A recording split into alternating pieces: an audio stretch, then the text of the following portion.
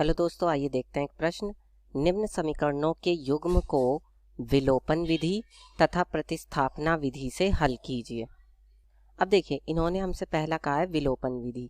तो विलोपन विधि का मतलब होता है कि किसी एक चर का लोप कर देना। ठीक है, लोप कर देने का मतलब होता है गायब करके, हटा के, किसी एक चर को हटाकर। ठीक है, और दूसरा है प्रतिस्थापना विधि। प्रतिस्थापन विधि का मतलब ये होता है कि किसी एक की जगह पर किसी एक चर का मान उठाकर दूसरी समीकरण में रख देना। तो सबसे पहले हम विलोपन विधि से करते हैं। तो देखिए, विलोपन विधि से करने के लिए हमें यहाँ पर समीकरणें क्या दी गई हैं। देखिए, x प्लस वाई बराबर 5। ठीक है, ये आपकी समीकरण 1 है। और दूसरी समीकरण क्या है, 2x माइनस 3y बराबर 4। अब देखिए, विलोपन विधि में क्या करते हैं कि किसी एक चर का जो गुणांक होता है उसको समान बना लेते हैं और फिर उसको हटा देते हैं। अब आपको यहाँ दिख रहा होगा कि यहाँ अब वो हम x को भी बना सकते हैं, y को भी बना सकते हैं। तो देखिए, यहाँ पर y का गुणांक 3 है, लेकिन यहाँ पर y का गुणांक 1 है। तो अगर मैं समीकरण 1 में 3 से गुणा कर दूं, ठीक है, और फिर क्या करूं, उसको मैं जोड़ दूं समीकरण 2 में। ये समीकरण 2 है आपकी। तो अगर मैं समीकरण 2 में इसे जोड़ दूं तो ऐसा करने से क्या होगा, पहले समीकरण 1 में 3 से गुणा करेंगे तो 3x प्लस 3y बराबर 5 दिया 15।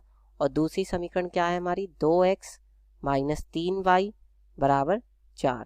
तो जब इन दोनों को जोड़ेंगे तो देखिए 3y से 3y कट जाएगा। तो ये कितना हो जाएगा, 3 और 2 5x, और देखिए 15 और 4 कितना हो जाएगा, 19। तो अब आप ध्यान से देखिए, यहाँ पर एक चर का लोप कर दिया मैंने, y का लोप कर दिया, y को गायब कर दिया।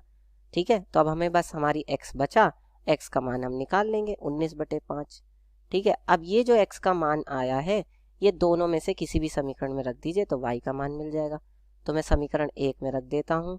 तो समीकरण 1 से y बराबर क्या हो जाएगा, 5 माइनस का x, यानी कि 5 माइनस का 19/5। ठीक है, तो y बराबर कितना हो जाएगा, देखिए 5 पंजे 25, 25 में से 19 गए तो 6 और बटे में 5, ये y का मान आ गया। ठीक है, अब हम करते हैं प्रतिस्थापन विधि से हल। तो प्रतिस्थापन विधि से, लेकिन हल तो यही आएगा, भले विधि अलग हो लेकिन हल तो यही आएगा।